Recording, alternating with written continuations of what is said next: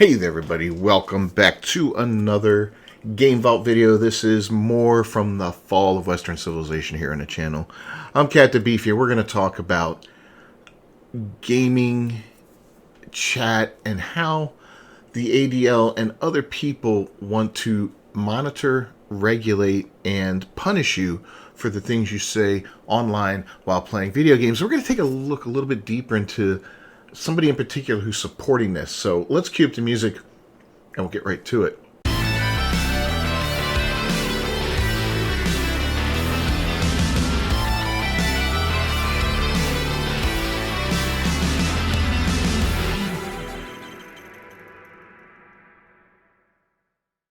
All right, so on August 14, 2024, The Hill published a article that says, regulate toxic online video games the same as social media. And I will go ahead and leave a link to this down below in the description for you so you can read through it yourself. Let's start it off with the person that wrote it is Mariana Olaizola Rosenblatt, an opinion contributor. So this is an opinion piece, you know. But let's go ahead and get into the meat of this.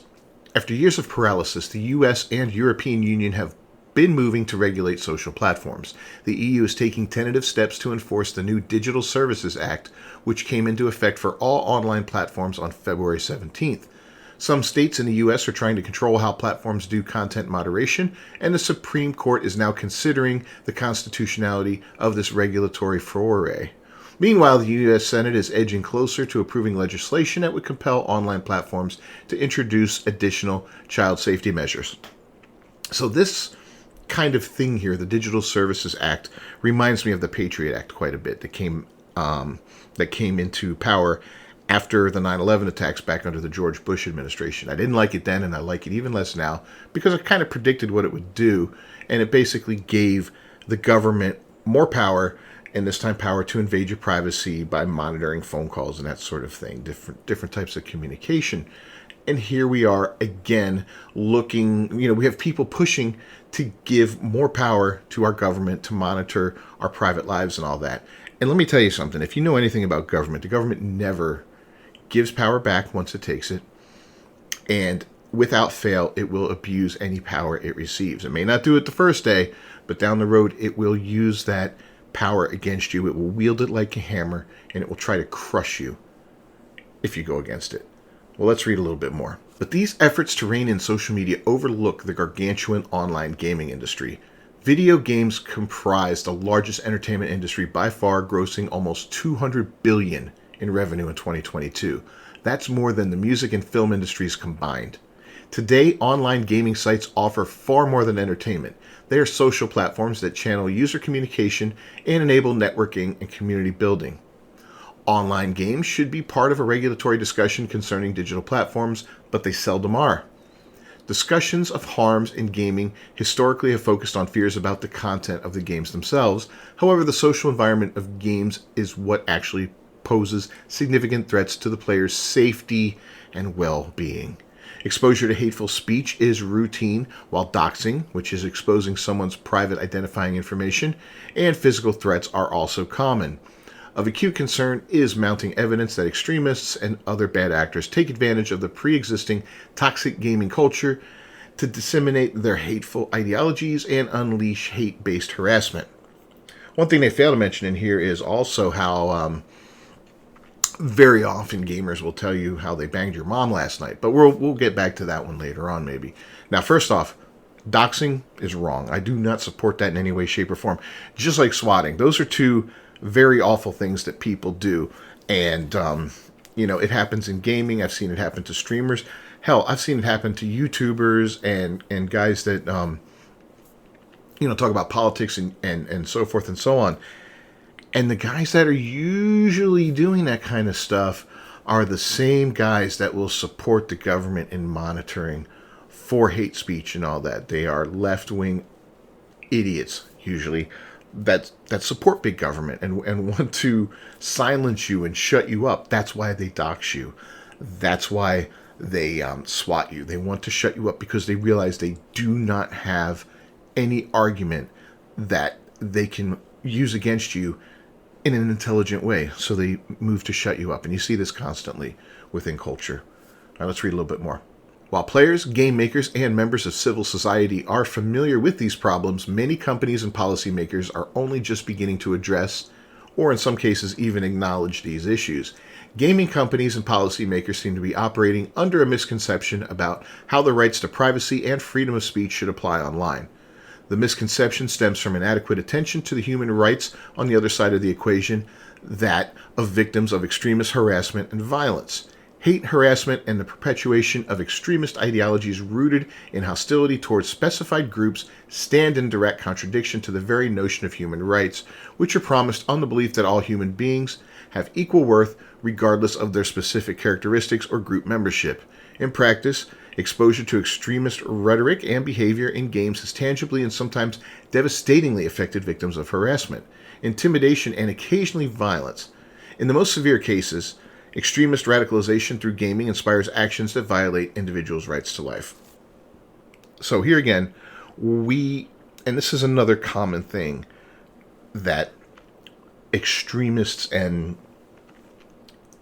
idiots like the ADL and all that use to push an agenda forward, is they will take the most extreme cases, which are few and far between, to create a blanket situation where everybody will suffer, right? Everybody will suffer. So, and that, to me, it's stupid, right? How often does this happen? It's a very, very rare thing, right? Very, very rare thing. Time and time again, studies have proven that video games do not lead to violence. And since that's been proven now so many times, what they're doing now is they're pivoting how they approach this, and they're saying, well, maybe it's not the video games that lead to violence. It's actually the conversation these gamers are having with each other. Okay? Now, there's several types of ways you can talk to each other online in gaming. You can do it through in-game chat sometimes. In a specific game, we'll have a way to chat with each other. Sometimes you're going to have lobbies that you can talk to complete strangers. Sometimes you need to, quote-unquote, party up, which means join up with another player to be able to chat. Certain video game companies, like Sony, for instance, has PlayStation, and the PlayStation Plus allows you to have conversations with other PlayStation members. So if I'm going to play a game, I can open up a chat and I can invite other players in, and we can all chat together, okay? And then you've got something like Discord. Discord will allow me to do that same exact thing, but I can also invite in other people that are in my Discord that maybe aren't on the PlayStation. PC gamers, Xbox, etc., etc., etc. So there's a wide variety of ways that you can chat online. And if somebody's giving you a hard time or bothering you, I mean, you can leave the chat, right? I don't know what's going on with the mentality of people anymore, but you don't have to sit there and take it and claim to be a victim and all that. You'd be like, you know what, guys, piss off, I'm out. See ya. And go find some other people to play. If they're your friends, they're probably not your friends. Get better friends, or tell your friends, hey, man, I don't like that guy. Let's not invite him back in. And if your friends are halfway decent, they're not going to invite him back in. Gamers should police themselves and, say, hey, this guy is a real clown. We don't want him in our party anymore. We're not going to have him in our party anymore. I've gamed with guys that after a few weeks or whatever, I'm like, you know what? I don't ever want to talk to that guy again. And it could be for a lot of different things. It could be he's just a jerk. Maybe they just swear too much. They're like weird that like they feel like they need to use the F word. I'm no prude or anything, but you don't need to use the F word as punctuation.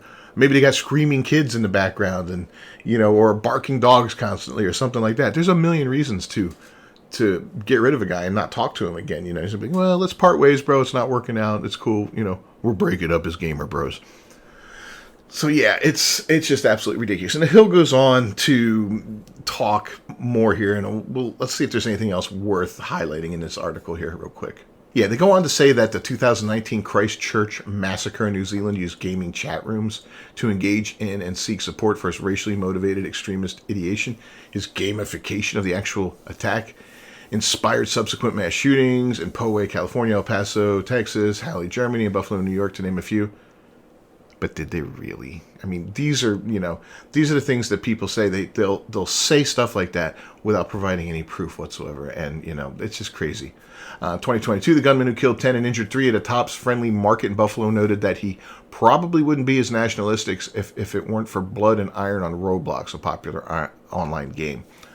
Come on, guys. If you are going to commit violence, you're going to commit violence. You don't need gamers to tell you to do it. Okay, it's stupid.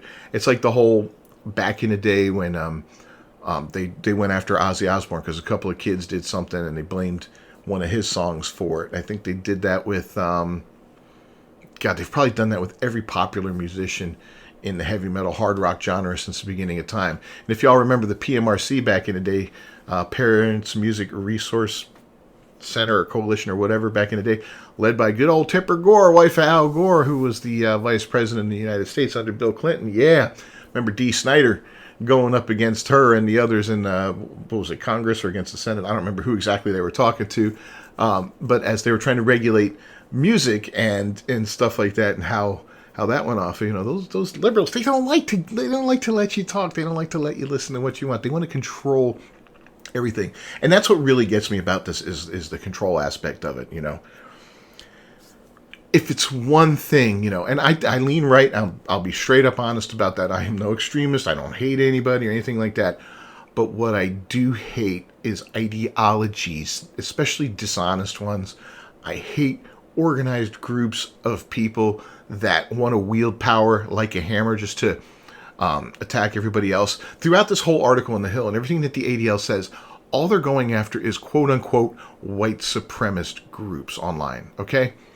And they talk about white supremacist ideology and all that without citing exactly how it's done, okay? Now, I would not support white supremacists any more than I would support the LGBT community, Black Lives Matter, or anyone else. I consider them all the same. And if you don't consider them all the same, then you're being hypocritical, because any organized group that is centered around a racial factor, a sexuality, whatever, they're exactly the same. It's just some of them you don't like and others you do. So be honest with yourself. They're all the same. They're all garbage. They're full of bad players, and all they want to do is gain power, and all they want to do is ruin people who disagree with them. And I can't stand that. I'm tired of it.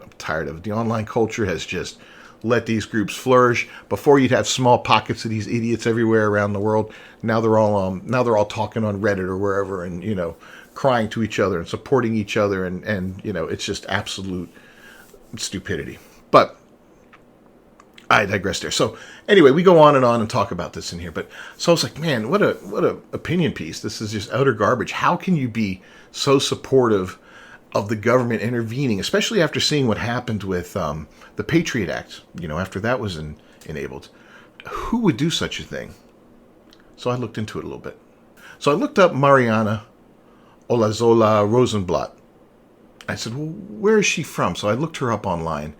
And it looks like she's part of the Paul and Daisy Soros Fellowship for New Americans. That's right, Soros. I was like, wait a minute. What's this? So looked into it a little bit further, and found out some interesting stuff here. So Mariana, we're just going to go with that name for now on. I'm not going to sit there and butcher her name over and over, is the Global Human Rights Clinic Fellow and Lecturer at the University of Chicago. Mariana, or we call her that, received her JD from Yale Law School and her BA in Politics, summa cum laude, from Princeton University, specializing in international human rights and refugee law. Prior to joining the University of Chicago, Mariana served as a Robina International Human Rights Fellow at the United Nations High Commissioner for Refugees in Buenos Aires, where she worked on durable solutions for refugees in southern Latin America.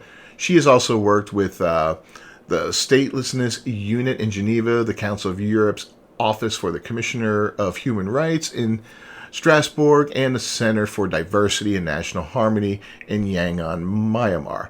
In the latter role, Mariana spent more than 2 years conducting research in conflict-affected borderland regions that authored 6 reports analyzing the effect of the government's discriminatory citizenship provisions on access to rights. So you can see where she stands right there. She is another activist, you know. It's just she's got law degrees and all that and whatever.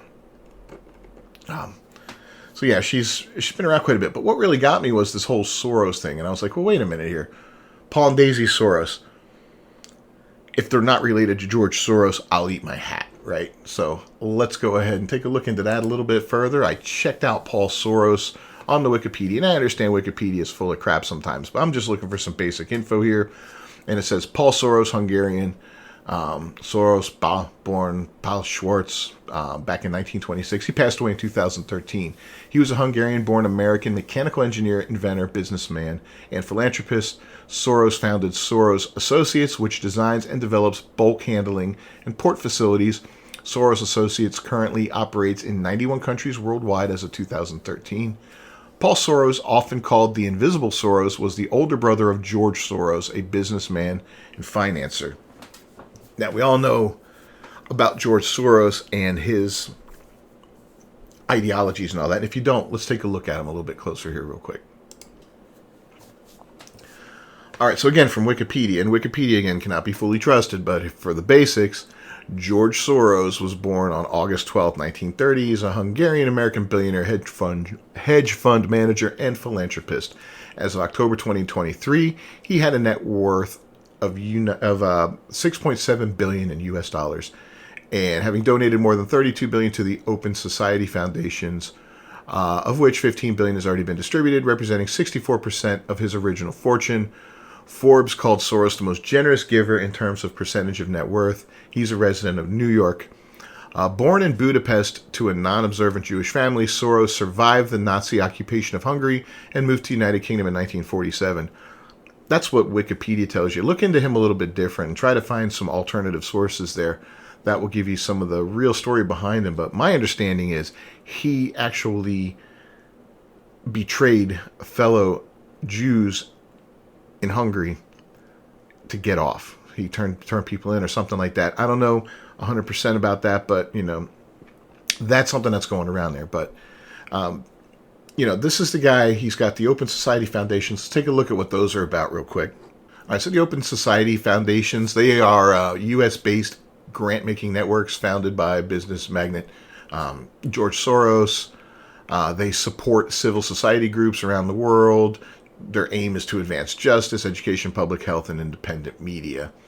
The chairman of the board is Alexander Soros right now. I believe he is the son of George Soros, but I think he's pretty much just a puppet. I think George has his hand inside Alexander all the way up to the elbow and is controlling what's going on there for now. But, you know, George Soros has long been associated with helping to finance certain politicians in this country to push forth some seriously progressive ideologies, things like open borders and all that, which are really deteriorating the United States and our society in general. I mean, it's absolutely appalling what's going on right now. If you look at the southern border and the amount of people that are coming through and the quality of people that are coming through and how they're being shipped all around this country, and looking at the long-term impact it's going to be, it's going to create new congressional seats. It's going to create new electoral votes and all that. And these people that are being brought in illegally into the country, it's basically there to cheat future elections just by swarming, you know, the country with criminal invaders. I mean, they call them refugees. No, they're criminal invaders. They're invading our country. You know, if these people were coming into my house and my yard, I wouldn't be welcoming them with open arms. They would, you know, I'd be treating them way differently. Let's just put it that way. So, you know, but George Soros supports these kind of things, and for whatever reason, he wants to turn the United States into a cesspool. Who knows why? You know, is he the evil mustache-twirling villain? I don't know. I mean, it is what it is. So, in any case, yeah, that all leads back to that article. These are the people, okay, that's the little trail there.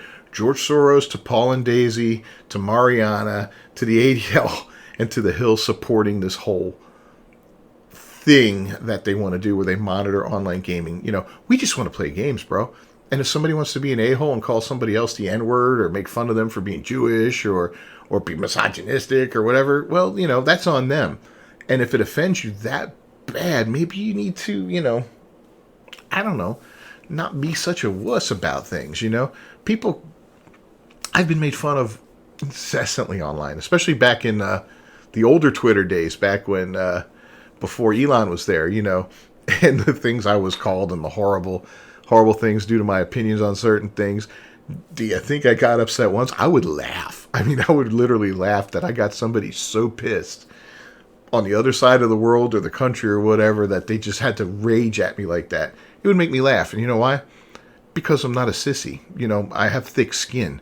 I understand that words can't hurt me, and the fact that words from some idiot on the internet somewhere else in the world has zero impact on who I am or what I am. You cannot insult me. You know, it's kind of funny that people try to. And if you, you know, to me, you know, this is a life lesson for anybody out there watching. Allowing somebody to make you angry or upset you and all you are doing is giving that person, you're transferring the power you have, the control you have of your life to that other person and allowing them to control your life at that moment in time. It may only last a minute. It may last all day. Some people get upset all day. It applies when you're driving and road rage and all that. Just chill out, man. It's your life. You keep control of it. Keep control of your emotions. Don't let other people manipulate them and control them, because, again, you're transferring your power. And if you transfer your power, then, you know, what kind of person are you, right? You're in control of your own destiny. Motivational speaking from Captain Beefy. So anyway, let's wrap this up. Let me know down below in the comments if you think gaming chats should be monitored. I know my private chat shouldn't be. The stuff me and the guys talk about, I mean, we're not hate speeching and all that, but we are far from appropriate, and we're damn funny sometimes, but we're far from appropriate. Would our private chats be monitored? You know, if I was just on with Hobbit or Gameplay or somebody like that, and we were just talking about stuff. If somebody had an issue and they wanted to talk about it one-on-one with you, medical, mental health, whatever, and all that, is that going to be monitored? Is that going to be recorded somewhere? Is that, you know, is somebody going to be tallying up what's going on? I mean, that's not right. That is an invasion of privacy, and we have such little privacy left in this country and in the world these days that it's absolutely vile. And I have no pretense that there's any privacy left. I'm, you know, this is one of the reasons I want to move out into the woods in the middle of nowhere, so I can get away from it all. You know, I'm tired of being on camera all day, wherever I go and whatever I do, and I'm tired of being recorded wherever I am. It's absolutely vile, and I'm sick of it. But in any case, yeah, let me know down in the comments what you think about all this. I went down a little bit of a rabbit hole as far as the whole Soros thing and all that, but, you know, where there's smoke, there's fire. So we're going to go ahead and wrap this up. I'll see you guys next time. If you haven't done so, please leave a like on the video. Don't forget to subscribe to the channel and to ring that bell for notifications. I'll see you next time. Until then, peace.